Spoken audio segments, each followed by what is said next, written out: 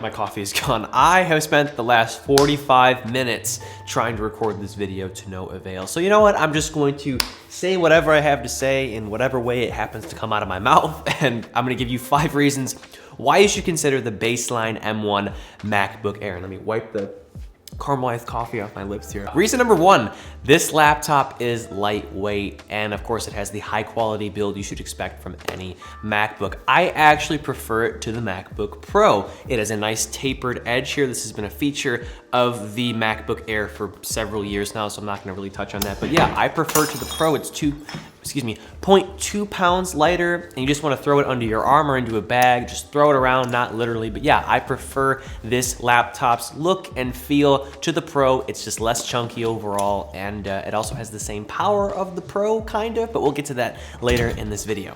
And here's the 40th take of reason number 2. We have great input with this laptop. We have an expansive glass trackpad with Force Touch, meaning it's satisfying and clicky all over. And then we have the magical keyboard, the Magic Keyboard.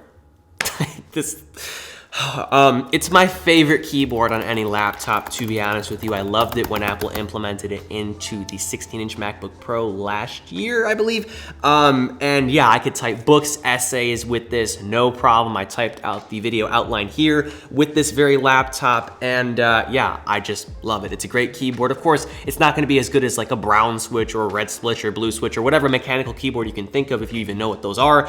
But yeah, the keyboard on here is excellent. And by the way, you don't need the touch bar. It's not that great. I've had it for like a year now, and while it's nice to slide and emojis and all that, it's not like the end-all be-all feature. I'm happy with the function row of keys here, and of course Touch ID at the end. Great keyboard, great trackpad. Moving on.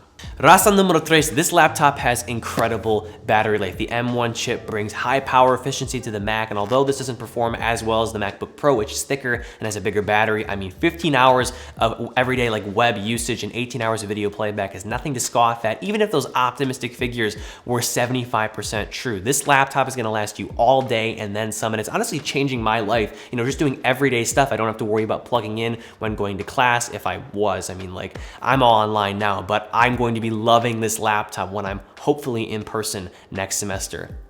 Reason number 4, the base amount of internal, I can't spit this out, of fast 25 gigs of free space, and that's where I went.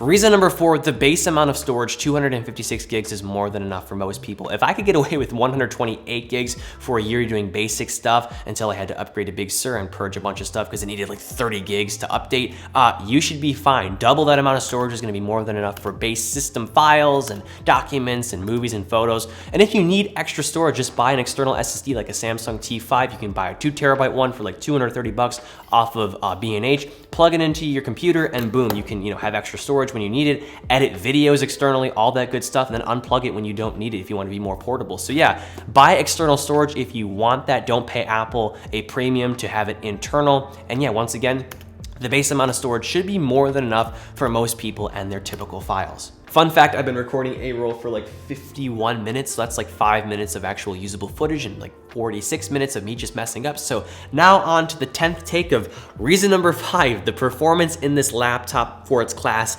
is unreal. The M1 chip outperforms some i7 and closes in on some i9 processors. I believe this outperforms the 16-inch MacBook Pro in some regards, so it's gonna be great for everyday tasks. Of course, apps fly open and stuff like that. But not only that, you can edit video on here, you can game, you can do a lot of crazy stuff you weren't able to with the i3 and i5 MacBook Airs with their power-hungry and hot-running Intel chips. This totally blows those models out of the water here, and although it's not as thermally sound as it lacks a fan, for 95% of users, this is going to be excellent, although I do recommend buying the MacBook Pro if you are rendering video all the time or for extended periods. I think that, having that fan in there does make a difference, as I showed in my full comparison. But yeah, this is a great laptop for most people. It is very powerful. It has insane battery life. The M1 chip really has revolutionized the MacBook Air, and it is a laptop I can, recommend to everyone, honestly, except those who are doing a lot of heavy stuff all the time. That's when you're gonna gonna wanna opt for a MacBook Pro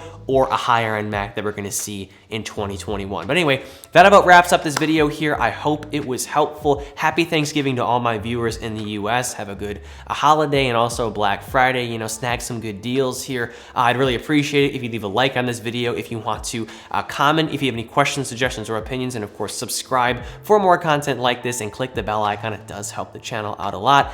And as always, I'm Noah, and I will catch you all in the next one.